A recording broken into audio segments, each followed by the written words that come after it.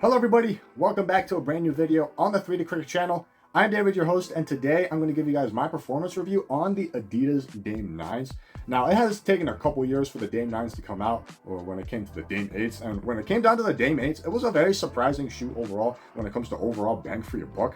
The traction was pretty good overall, however, it did suffer from dust and durability issues. However, the cushioning was a surprising tool when it came to the shoe. It was a very responsive cushioning setup and very bouncy too, and the heel cushioning was very soft as well. The materials, while they were pretty basic and cheap, they still got the job done overall, and they were overall pretty comfortable. And the support and lockdown was overall pretty good, and it got the job done at the end of the day. And it was a very overall solid shoe in terms of overall bang for your buck. And you can get them for as low as $60, maybe even less if you see them around. However, when it came to the Dame 9s, here is what I think of them.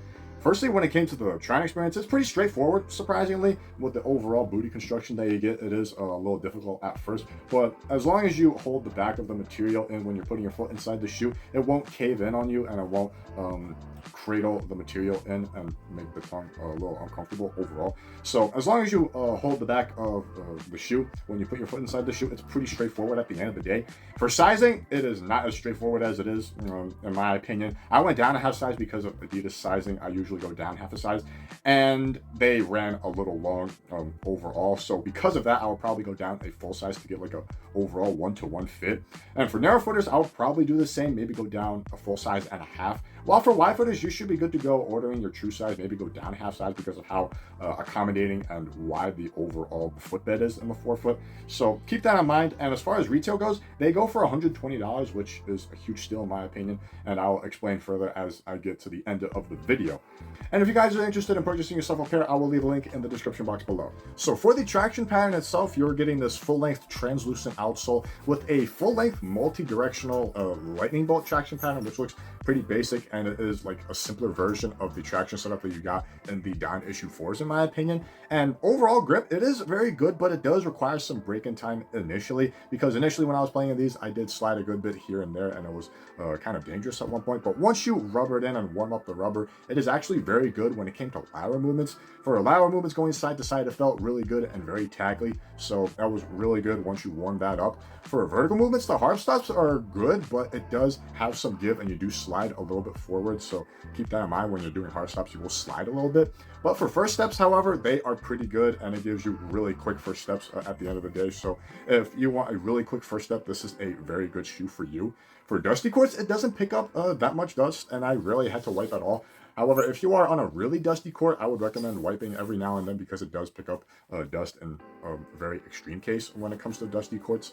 For durability, they are very durable, surprisingly, considering the grooves are a little soft in my opinion, but it is holding up pretty well. And when it comes to the high wear areas, I don't see any signs of wear, and the overall outsole itself, the main sections of the outsole, are holding up pretty well. So for outdoor use, you should be fine. However, the rubber is a little soft, and as you tend to burn the rubber down, it does start to roll with the rest of the grooves, so that may be an issue when it comes to playing outdoors. But for outdoor use, you should be good to go. Indoors, you will be more than fine because of the overall durability that you get when you play indoors. And overall, the traction is pretty solid. As long as you warm it up, it is very solid. Lateral movements, it's very tacky. Vertical movements, hard stops are good, but it does slide a little bit, so keep that in mind. And first steps, and when it comes to a quick first step, they are pretty good as well. Getting into the cushioning setup, it is pretty basic. It is just a full bed of light strike foam, which is reasonably responsive in the forefoot when it came to overall forefoot cushioning. It has a nice lively feel, but not like crazy lively. It's just lively enough. And with the bottom-loaded infinity shank plate that you get, it has a subtle bounce as well under your foot. It is bouncy, but it's not as bouncy as the Adidas issue 6, which has Light Strike Pro in the forefoot, and it gives it a little more snap under your foot too.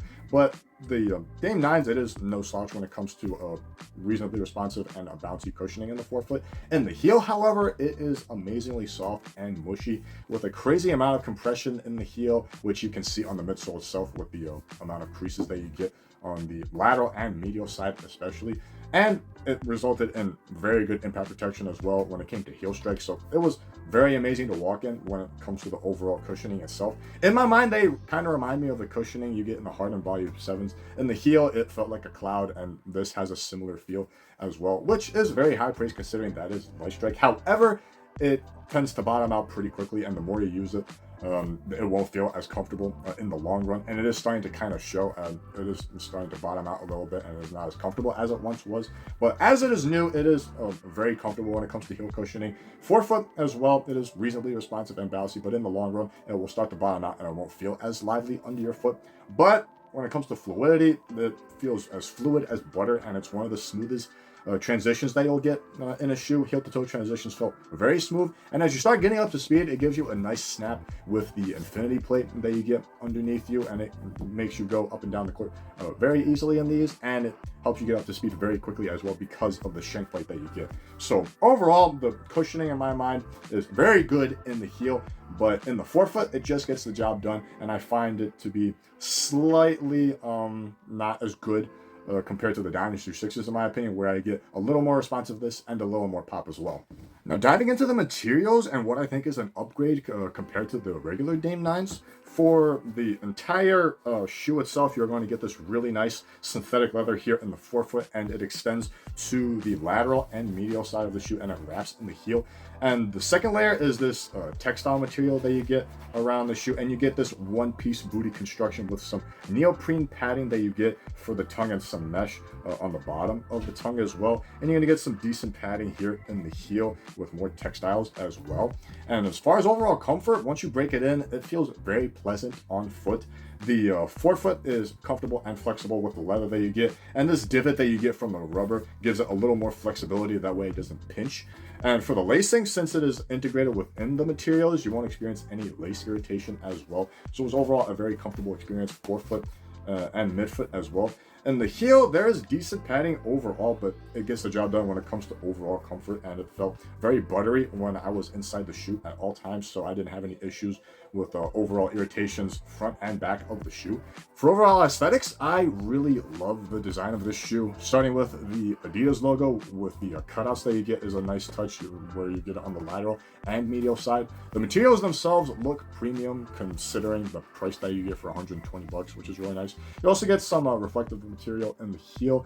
It pops out on you with Lillard's number, which is also the letter O, which is a callback to where he's from, which is in Oakland, where he was raised. You also get dots in the back, signifying that this is Dame's 9th signature shoe. And you also get nice messages on the medial side of the outsole, where one says humility is the root of confidence, and the other where it says arrogance is weakness disguised as strength, both being absolute facts. One issue I have with it though is the scuffs that you get on the rubber panels on the lateral and medial side. It scuffs the rubber a little bit, and you get this glossy sheen, which is a little gnarly when you look at it overall, so keep that in mind. You will get scuffed easily when it comes to playing in them, but overall I like the materials. It is a definite upgrade to the Dame 8s. It is very comfortable, very forgiving on foot, and very buttery, and they look really nice as well when it comes to the overall aesthetics. To me, the lockdown, when it came to the issues I had with the overall fit, they just get the job done. In the forefoot, it is sloppy, but it is overall doable. The extra length of the shoe promotes you moving forward when you're doing hard stops, and the same goes for the width. You do slide a little bit going side to side, but it was overall doable at the end of the day. But the highlight of the lockdown is the midfoot. The internal lacing system is really nice, and it acts as a zipper type feel, like you're zipping up your jacket. Which has this angular shape to the lace line itself, which gives it a really snug and containing feel. And the straps that you get on the lateral and medial side connect to the midsole, so the more you tighten them, the more secure you feel in the midfoot, which you are going to need because in the heel there is a good amount of heel slippage, which was concerning at the beginning. However, once you break it in, it does improve, but it's still noticeable when you play in them. So that was kind of an issue when it came to the overall lockdown. The midfoot is the highlight of the lockdown, but the sloppy footwork in the forefoot and the heel slipping that you get in the heel kind of negates the overall lockdown experience. And at the end of the day, they just get the job done overall. If you go with your right size, it'll probably be better in the forefoot as well as in the heel. But with the overall issues that I had, the midfoot is really good, with the forefoot being sloppy and the heel as well. Now, in terms of support, it's overall pretty good in my opinion. For lateral support, the midsole is nice and rounded. to give you a rounded outrigger at the end of the day with the outsole. And you also get these rubber panels that wraps up into the material, giving you a cradled feeling due to you sitting within the midsole a little bit as well. So when you're going side to side, the panels do a good job preventing the materials itself from giving out on you. So overall, forefoot, the support is overall pretty good at the end of the day.